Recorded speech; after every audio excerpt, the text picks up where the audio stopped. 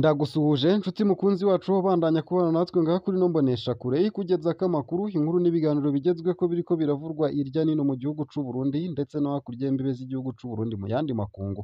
nonyemerere nkuhe kaze ndaguhaye mwaramutse neza cange mwiriwe neza bivanye naho udukurikira uherereye wowe udukurikira uri mu gihugu c'u Burundi nonyemerere nkuhe mwiriwe neza ndetse naho udukurikira uri hakurya y'imbibe z'igihugu c'u Burundi mu bihugu bibanyi nk'igihugu ca Uganda igihugu c'u Rwanda igihugu ca Repubulika Iharanira Rusange ya Kongo igihugu ca Kenya n'igihugu ca Tanzania mwese ndabakengurukiye cane ngaha kuri no mbonesha kure turi ku munsi wa kabiri igenekerezo ry'icumi na rimwe z'ukwezi kw'indwi umwaka n'ibihumbi bibiri na mirongo ibiri na gatatu ngaha kuri no mbonesha kure tukugezako amakuru ariko aravurwa mu bisata bitandukanye hoba mu gisata ca politike mu gisata c'inkino mu gisata c'imibano mu gisata c'amagara y'abantu mu gisata c'uburimyi n'ubworozi ndetse yewe no mu gisata c'indero utegerezwa rero gusa gufyonda sabone canke subscribe nawe utarafyondako hama ukabandanya urashikirwa n'amakuru yose inkuru kumwe n'ibiganiro bigezweko tubandanya kurungika binyuriye ngaha kuri no mbonesha kure hama bikagushikako mu ba mbere ndetse ukabimenyera ku gihe ano makuru yacu ntunyemerere nyatangurire kuri iyi nkuru ivuga ko mu ntara ya Kayanza hari umukenyezi yahotoye igitsina c'umugabo wiwe none umugabo akaba aremvye uwo mugabo afise imyaka 39 akaba avyaranye abana bane n'umukenyezi wiwe bubakanye biciye mu mategeko uwo mugabo arwariye mu bitaro vyo mu Kayanza kuva ku wa gatandatu mu Kakaro 2023 mw'ijoro uwo muvyeyi aho agaramye mu bitaro amaserumu ari ku maboko yose ndetse kandi amaraso aguma ava mu gitsina akaba avuga ko kuri uwa gatandatu z'ukwezi kw'indwi 2023 umukenyezi wiwe yatashe bwije haca haduka imishwano umugore acakira igitsina c'umugabo yiwe arahotora uwo mugabo akaba yarahavuye ajanwa ku bitaro yataye ubwenge uwo mukenyezi akaba yarafashe inzira ija iwabo bikaba vyogorana kumutora umukuru w'umutumba wa Gikombe zone Murima komine Kayanza akaba avuga ko muri urwo rugo hama amatati kandi ko n'umukenyezi yoba yarakomeretse gushika mu mpera z'ukwezi kwa gatanu umwaka w'ibihumbi 2023 amabi y'ubwoko butandukanye aba mu kibano agera ku 136 nk'uko bimenyeshwa n'abajejwe intwaro batandukanye mu ntara ya Kayanza niyo yabaye muri iyo ntara nyene nayo mu ntara ya Muyinga ho muri komine Butihinda hari umugabo yagirizwa gufata ku nguvu abana babiri b'abahungu apfunzwe uwo mugabo afise imyaka 42 kandi hasanzwe aba ku mutumba Buvumbi komine Butihinda intara ya Muyinga yafashwe kuri uwa 9 z'ukwezi kw'indwi 2023 isaha 2 z'ijoro yagirizwa gushurashuza ku nguvu abana babiri b'abahungu bafise imyaka 10 na 13 haribo bamenyesheje ko bakorewe ico caha bikemezwa na muganga yabavuye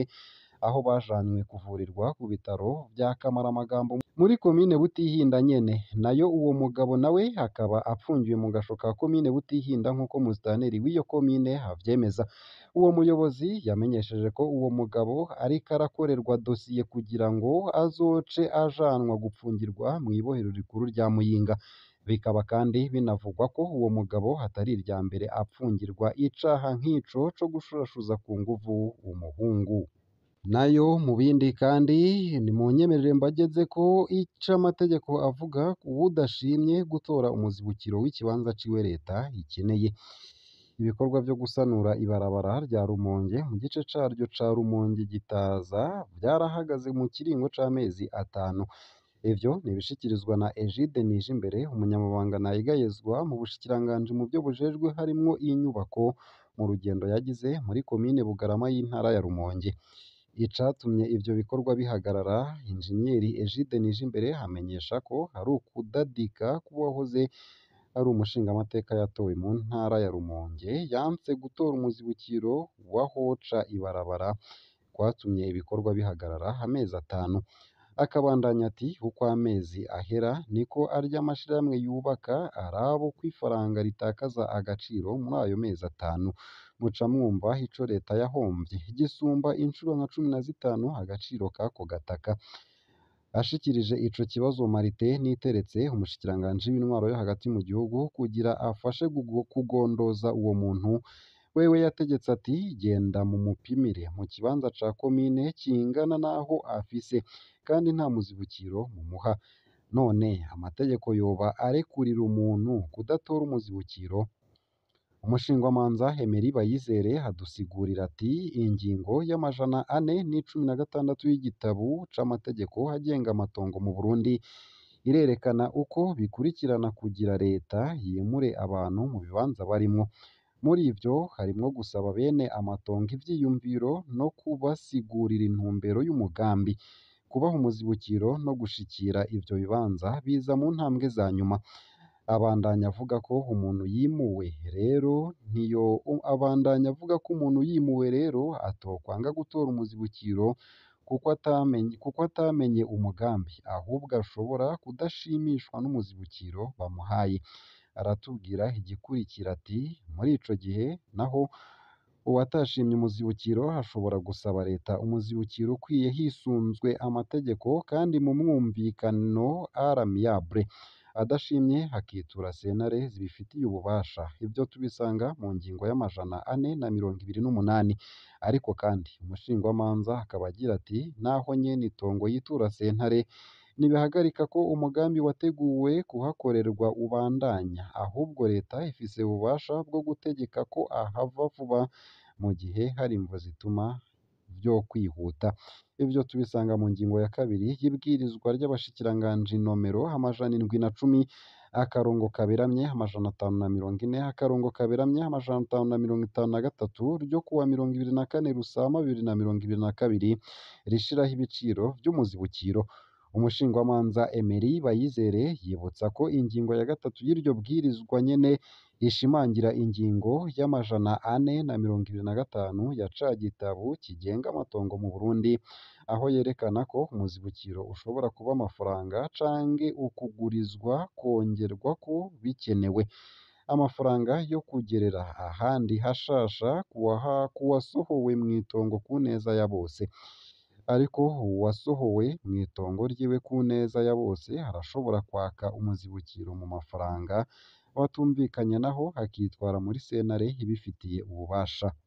Nayo mu gusozera ano makuru kandi ntunyemerere nkugeze ko zimwe mu mvo zituma imigambwe yigaburamo amashami. Muri politiki y'u Burundi kuva mu myaka iheze hagiye haribonekeza ukutumvikana mu banywanyi b'imigambwe imwe imwe. Ivyo vyatumye iyo migambwe yigaburamwo kubiri canke kurenga. Nk'akarorero umugambwe Iprona wavutse mu mwaka w'igihumbi kimwe amajana icenda n'imirongo itanu n'umunani niwo wabaye uwa mbere mu kwigaburamwo kubiri bivuye ku kutumvikana hagati y'abanywanyi bawo. Umuganwa Prince Louis Rwagasore amaze gupfa haciye hatangura imishamirano hagati y'abanywanyi bapfa uwumusubirira, bica bituma habaho imigwi ibiri itavuga rumwe muri uwo mugambwe. Kugeza n'ubu ukwicamwo imice kwarabandanije muri Iprona. Nayo umugambwe Frodebu wagiye kwigabura inyuma y'aho batsinze mu matora yo mu mwaka w'igihumbi kimwe amajana icenda n'imirongo icenda na gatatu. Uwatowe nk'umukuru w'igihugu havuye muri uwo mugambwe nyene Melchior Ndadaye agandaguwe. Kuva ico gihe uwo mugambwe waciye wigaburamwo iyindi migambwe myinshi iwukomotseko, bica bituma utakaza ikibanza wahora ufise muri politike. Hari imvo rero nyinshi zagiye ziratuma habaho kwigabura hagati y'imigambwe y'u Burundi. Kubw'umukuru w'umugambwe Frodebu Kefa Niyibizi, uko kutumvikana hagati y'abanywanyi b'umugambwe kuva ku kutamenya uko umugambwe wubatse hamwe n'agaciro ka demokarasi mu mugambwe. Umuhinga mu vya politike Gaspari Kobako ashigikira ico ciyumviro akagira ati abanyapolitike b'u Burundi ntibaratahura ko guheberanira canke gukurakuranwa mu butegetsi bifise uruhara muri demokarasi. Mu zindi mvo uwo muhinga mu vya politike atanga harimwo ko inyifato yo gushaka gukoresha inguvu ata mwumvikano ugiyemwo, hamwe no gushaka gukuraho imigambwe itavuga rumwe n'uwuba uri ku butegetsi, kandi arivyo vyerekana ko mu gihugu hariho demokarasi. Ngaha akaba ariho nsoreje ano makuru nari nabateguriye, hariko aravurwa irya nino mu gihugu c'u Burundi ku mugoroba w'uwu munsi wa kabiri w'indwi kw'igenekerezo ry'icumi na rimwe z'ukwezi kw'indwi 2023.